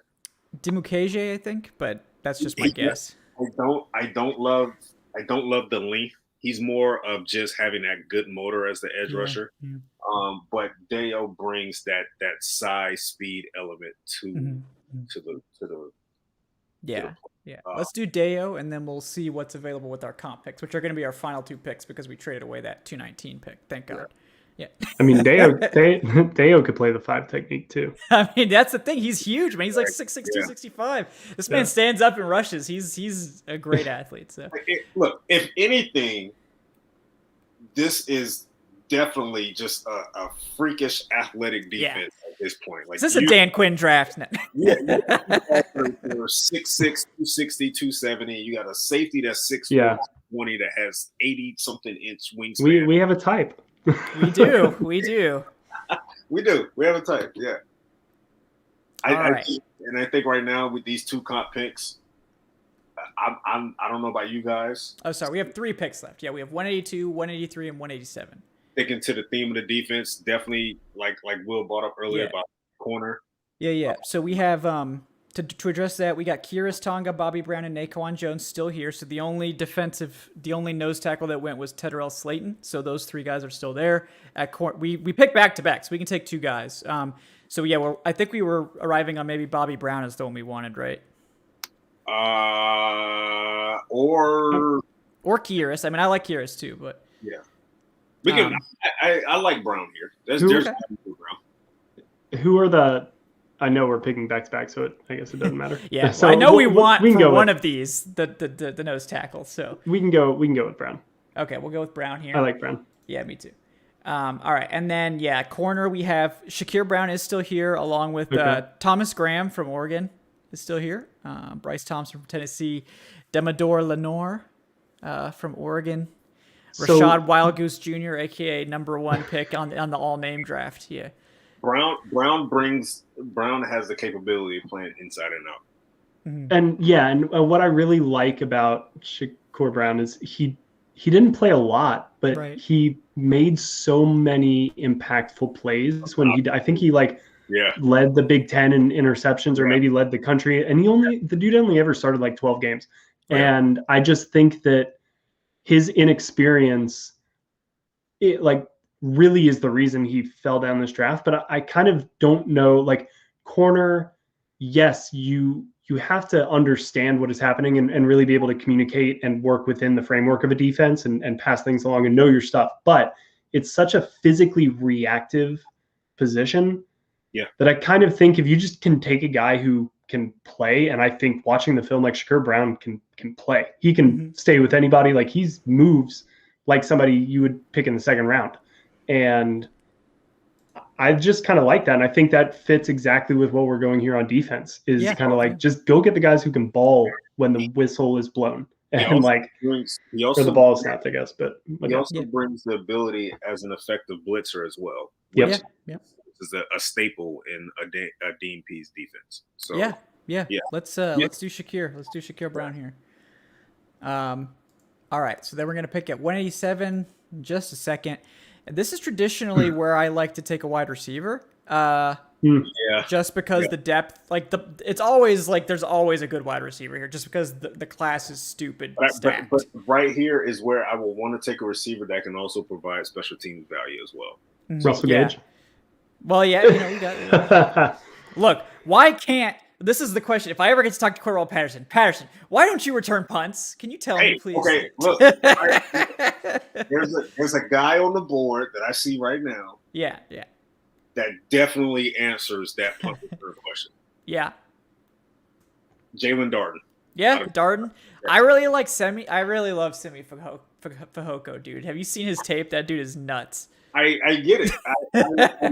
I think we take him every one of these live mocks though. So he's another freak. Yeah. I like Darden because Darden is really good. Yeah. Again, because of the special teams value, he's definitely a capable punt returner. But I like him in the open field. I like his ability with the ball in his hands. And in an offense like this, where there's so many weapons in front of him, he can definitely be one of those gadget type guys that can line up in the backfield in certain formations. Teams are not going to focus on him on the field. I think that's when he's going to be dangerous. What do you think, Will? What's your take? I would take a shot in the dark here, but that's Do you have a preferred late round wide receiver that you love? Well, actually, first off, before I answer that, I think I have an answer to your punt return, kick return, Cordell Patterson question. Yeah. Because I asked DQ this one time a couple of years ago. Basically, kick return is more straight line speed because you've got the room to whereas the main thing in punt returning is agility. And I don't know if Cordell Patterson just strikes me as the most agile. His is more of he's just really smart. He's a Tevin Coleman type of speedster. Yeah. He makes people miss, but not because he's super agile. It's because if you watch him kick return, he doesn't sprint until he knows it's time to sprint. He varies his speed. Yes. He is very good at manipulating people and hitting the gas and slowing down when it's necessary. So I totally see that. It's just funny. I've always wanted to ask him that. Okay, Cordell, why don't you return punts, man? What's going on? Yeah, but just to hear what his response would be. But to answer your question, I do like the Jalen Darden pick. He would remind me a little bit of a Reggie Davis or a Marvin Hall. And I think this offense could use something the other guy that I had in mind was kind of like Tutu Atwell. And I feel like they achieve they're on each other's corner a little bit with this. So I'm 100% comfortable with going Darden because I think the value is there. I saw remnants of Taylor Gabriel when watching Jalen Darden's tape. That's what and we all know what Gabriel can do with the ball in his head, but the agility aspect of it, how he can make defenders miss, with very little space. Like I Yeah, think it's very intriguing, especially in an offense like this where you got Julio, Ridley, Yeah. Pitts. Because you need that guy to be the first level in like a levels concept. Yeah. You need somebody who runs that short Mhm. route, who is just really agile, can get off the line and get open immediately to be your Mhm. first read. And I don't know if they have that, but that's exactly what's really important to that kind of Kyle Shanahan bootleg scheme. I would be honest, man. I'll piss myself if I saw Darton lined up in the backfield with Julio, Ridley. Mix in Cordell Patterson somewhere. Like, oh my God, this is terrifying. Cordero's lined up at the other tight end. I'm like, what the hell is going on here, man? Like this is just the defensive coordinator just covers his eyes. Like, I don't know. Just I'm out. cover 2 man. Let's go. Yeah. Yeah. No, that's fine. I'm fine with Darden here. I always take Simi, so like we probably need some variety in here. It just depends on what they want, right? Like if they want a potential Julio backup, that's more like Simi Fehoko, right? Great size, tremendous speed, just a huge, incredibly gifted athletic wide receiver. Yeah, of course. Yeah. Jalen doesn't have the catch radius, but in an offense like this, with so many weapons around him, he's going to have so much open space. He's probably exactly. And with Matt Ryan, I mean, that's going to be the most accurate quarterback he's ever played with in his life. Yeah. And like, it's important to note, like, with Kyle Pitts too, like the need for another big size wide receiver, quote unquote, is diminished because you've got Kyle Pitts out there. Like if they don't have Kyle Pitts, they do need another wide receiver with size because otherwise it's basically just Julio. But I think I mocked Dax Milne to the Falcons, but for kind of a similar reason. My argument or my thought was he could be like Hunter Renfrow or like Cooper Kupp in this offense and kind of run those again like short intermediate routes. But I like Darden better. Yeah, let's do Darden. I like that. All right, guys. Well, that is our draft then. So to recap, we decided, even though we all think it's probably going to be quarterback, to placate George Costanza and also to have a little bit of difference here, we did take Kyle Pitts at 4. We did a small trade down from 35 to 47 with the Chargers. We picked up their later third-round pick, which was 97, and gave up our final, our basically 7th rounder, which was pick 219. It was our comp 6th. So at 47, then, we took Gregory Rousseau, the edge defender from Miami. At 68, our third-round pick, we took Quinn Miners, the center guard from Wisconsin Whitewater. At 97, which was the pick we got from the Chargers, their later third-rounder. We got safety Hamza Nasruddin from Florida State, tremendous value there. At 108, we got running back Khalil Herbert from Virginia Tech. To supplement that running back group with Mike Davis and Cordell Patterson. Then at 148, we picked up Dayo Odeyingbo and stopped his fall, the edge defender from Vanderbilt, to bolster that edge group. Then we continued the trench bolstering with nose tackle Bobby Brown III from Texas A&M at 182.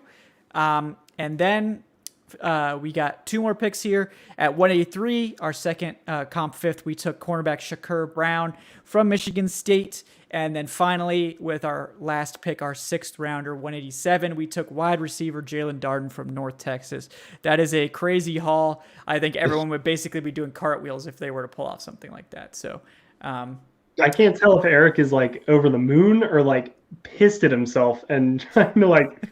Why didn't I do this for my last mock draft? Yeah, that's a hell of a haul, man. Yeah, I'm just looking at on both. You're addressing several positions on both sides of the ball, but you have especially on defense. I just love what Russo and Hamza and Dayo can bring to the table because of their athleticism, their unique blend of size and athleticism. Of course, Pitts is going to open up things on offense. I think Darden is a steal late. You get a guy like Herbert who is underrated, who I think can definitely complement Mike Davis. Miners is a road grader in my opinion. He just I think he can be a future really high impact guard. Not this year necessarily, but 2022. I think. Yeah. And I think like if he had to step in and play, he wouldn't be a disaster. Kind of like Ali Marpet's first year. Like he wasn't bad his first year, but he really took off in that second season. Yeah. I mean, I would love this draft class. I do think it's going to be, but you could just like, if you think it's going to be a quarterback, you could just switch Kyle Pitts for Justin Fields. I don't think this is any different. Like, I don't think if you take Justin Fields at 4, that the rest of this draft would necessarily need to be any different. I think this would be equally as good a class if you're bringing in a rookie quarterback, because I think all of these players are guys that have long-term upside and can contribute in the near term. It's a good mix. I like it. I think this is, a bit of a pipe dream, because I think a couple guys fell that we took advantage of. But look, that's what you have to do. It's in the real draft. It's not going to be these exact players falling to these exact spots, but there will be players that fall. And when these guys fall, the best GMs and the best teams consistently say, look, is this the guy that we were necessarily thinking of taking here? No, but it's the best player available. They shouldn't be here. Let's just get them, and we'll figure out the rest of it as the draft goes on. And I think also this second round trade down, I think I'm really starting to become a fan of it, because there will be teams looking to move up to get those falling players, whether it's Travis Etienne or whoever else is there.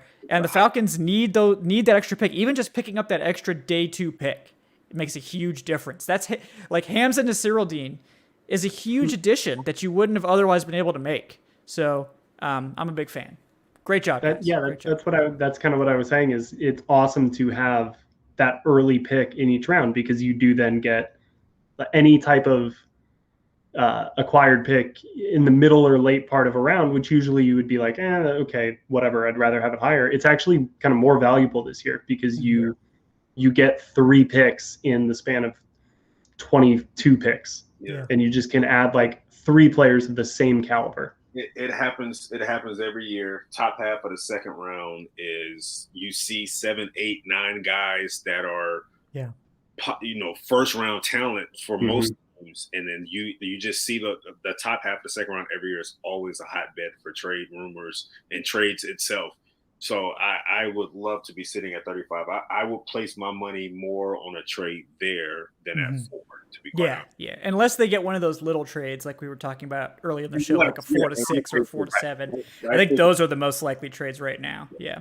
But also the implication for the other team that is trading up to 4, that's a huge risk for a team to take on and a GM to take on. They're way more willing to move from 43 to 36 or whatever. Yeah.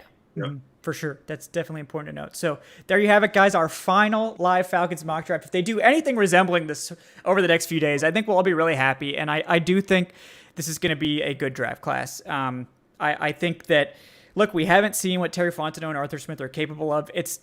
The draft is never going to be the players that you love at every single spot. It's just never going to be that way, because look, they don't grade players the same way I do. Even Eric and I, and I'm sure Will is as well. Like, we all write for the same site and have the same basic idea of what the Falcons need, and we all like different players. So I guarantee the Falcons are going to have different players ranked higher. So don't be surprised if the board looks a little different than what you think, because you never know. Like, you can stare at Draft Network's player rankings all offseason, and then the draft is going to happen, and it's going to be different. Because, look, I love the Draft Network. I love how they use like 12 different scouts to make this composite board. I think it encapsulates a lot of differing opinions on these players, but each NFL team is a different beast. They're all going to value these players differently. So yes. Well, Kevin, I just remember because I, at the time, tweeted when they drafted Chris Lindstrom that I felt like it was a little bit high. And ever since that moment, Thomas Dimitroff and I would, when we would converse, he always made a point to bring up, how's Chris Lindstrom looking out there? Which I loved. It's awesome. That man has a chip, and I love that about him. Yeah. But because that was always a topic that was brought up, I learned, because he explained this to me, essentially, right now our perception is not of the player, it's of the public perception of the player. It is how the media has sculpted the player's narrative. You're excited about Kyle Pitts because you think he's going to be a Hall of Fame tight end. That is as likely to be true as it is not. And teams view these players differently. They have to view these players differently than kind of the media and fan narratives evolve. And so if the Falcons weren't going to take Chris Lindstrom, they believed the Vikings were going to take him 2 picks later. So it didn't matter if people were mocking Chris Lindstrom in the late 20s. They had information and reason to believe that he was valued at pick 18. And they needed him, and they they viewed him as a good enough player. They picked him at 16. And so when we sit here and we look and it's kind of like, wow, that player went a lot lower than we expected him to go, or they like, that was a reach. It's only because we've been kind of trained to view and expect where players should go. But all that matters to teams is what other teams think and how they evaluate the player and where they value the player. And if they think he's going to be gone before they can pick again, they may pick that player, and it might be higher than a mock draft, but teams believe in what they're doing. And that's important, I think, for fans to know. Yeah, for sure. Yep. All right, guys. Well, we do have to close this off at some point. It's been a great discussion. I love all these guys for this tremendous draft. My mock tonight? My mock? No, the live that we just did. I'll tweet it out so you guys can get it. We'll probably do a quick write-up on the site, too, if I have time. I mean, it's busy tomorrow. We're going to be jam-packed with content, but we'll see. I still have to do my – what's that? Nothing. Oh, yeah. No, something important going on tomorrow. I've got a mock that I did earlier this week that's going tomorrow. I don't think there's any limit. We could probably post 7 mocks tomorrow, and they'd all get like 5,000 views because you guys are ravenous for the mock draft content. But we'll have at least a tweet about this mock out there. And just a reminder, guys, our coverage will start tomorrow night, 7:30 p.m. Eastern. You can find it right here at the same place you always do. Tell your friends, tell everybody you know, like, retweet, get it out there. This is going to be our biggest draft show ever. We're really excited to bring it to you. Make sure you like and subscribe, all that good stuff. Before we get out of here, do want to thank my co-host this evening. First of all, Will McFadden. He's at Will McFadden. Will, I know you're a part of a new Falcons podcast on I believe it's called the Believe Network. So let the people know about that podcast and anything else that you're working on. Yeah. So I was approached and asked to be the host of this new podcast. It's called Believe in Falcons, and it's BLEAV, and you can find it, wherever you get your podcasts. It's just me for right now, but the plan is to add a co-host, preferably, somebody who is a former player with the team, so that we'll be able to bring you kind of unique insights about, what it's like on the inside of the building, and I was fortunate enough to be on the inside for 4 years, and this player was probably fortunate enough to be on there or in the inside for much longer. So yeah, that's kind of the big project right now. We have 3 episodes up. The most recent one was an interview that I did with Tori McElhaney of The Athletic, who I know viewers of the Falcoholic Live will be very familiar with, because not only is she an excellent reporter, but she was also a great podcast guest on this very show. Yeah. So it was a lot of fun. I tried to ask her some different questions. So go check that out and catch me again, I guess, tomorrow, celebrating the selection of Rashawn Slater on this very program with the number 4 overall pick. As long as it's not Mac Jones, or as long as Kyle Trask is nowhere near our day 2 draft pick at this point, I think I'll be satisfied. But yeah, right there with you. It's definitely a cool show. I haven't had a chance to listen to it yet, but I will. I'm not going to be like, oh, it's tremendous, it's awesome. I haven't listened to it yet. I'm sure if Will's involved, it's great. So definitely check it out, guys. Also with us tonight, I'm sure you guys are aware, Eric Robinson at _Eric_Robinson on Twitter. I know Eric's final mock draft came out. I think it was either today or yesterday, so you guys are definitely going to want to check that out. Eric, anything else you're working on you want to let the people know about? Just prepping for this marathon that we have. Yes, thank you for taking part with me, Eric. I really appreciate it. No problem, man. we gotta do what we can for the fans. So definitely, hit up the Falcoholic site tomorrow. We got everything, man, from scouting reports to mock drafts to trade rumors, all that type of stuff. That's your one-stop shop. So, and be here 7:30 tomorrow night. God, it's going to be a long 3 days. It's going to be a long 3 days. I think the first night will go by in a blink, and then it's going to drag a little bit. The good thing is, guys, we have a great lineup of fun guests for day 3. So there's going to be a lot of downtime, obviously, but we're going to need it. Yeah, we have some really cool guests. We're going to announce them soon. I know Keenan Forney is going to be on maybe multiple times. We're going to have folks from Falcons Twitter. Eric has graciously allowed us to bring Aaron Freeman on for a segment. So we've promised that there will be no, blood sports or grudge settling or, beef, at least for now. There's a temporary truce for the show, but after the show ends, it's all bets are off. But yeah. Oh man. Yeah, I'm sorry. I'm so sorry, Eric. Yeah, Right. once a year, I think is what we've agreed to. So it's once a year. Yeah, That's in the contract. That is definitely in the contract. Yeah, it's in the contract. But yeah, guys, I'm Kevin Knight at Falcoholic Kevin on Twitter. Like I said, my final mock will be up tomorrow.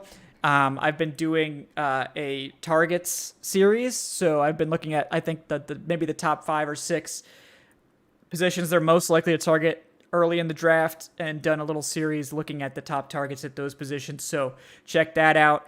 We have a million things on the site. We had like 17 articles today approximately. So like there's no limit to the content. So if you guys are like really jonesing tonight and you can't sleep, that's probably going to be me. I might do like 3 or 4 more mock drafts just to get through the evening, but Falcoholic.com has all the content you need. Make sure to follow all of our great writers, all of our great co-hosts. Evan Birchfield was on earlier. I know he had to take off a little bit early. Make sure you follow him at Evan Birchfield, and of course Adnan Ikic at Say Which Way. As I said, guys, we'll be back tomorrow night, 7:30 for day 1 of the Falcons draft party. We're very excited. The time has finally come to figure out the next direction for this franchise. It's very exciting. We can't wait to share it with you guys live. So we'll see you then. Until then, guys, try to keep that blood pressure down. By whatever means, I won't judge. Whatever means you need to do. Some things are legal in New York now, so I can't judge you for that either. But whatever you guys, your method of choice, try to make it, safely to tomorrow night, and we'll catch you back here on the Falcoholic Live. Until then, guys, have a great night from all of us, and we will see you Thursday at 7:30. Have a good one, folks.